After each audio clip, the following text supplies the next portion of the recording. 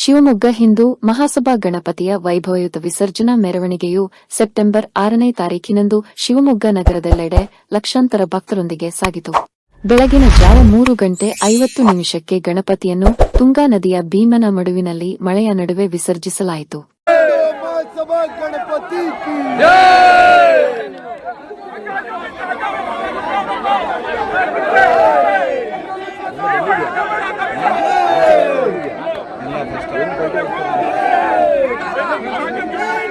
ಒಂದೇ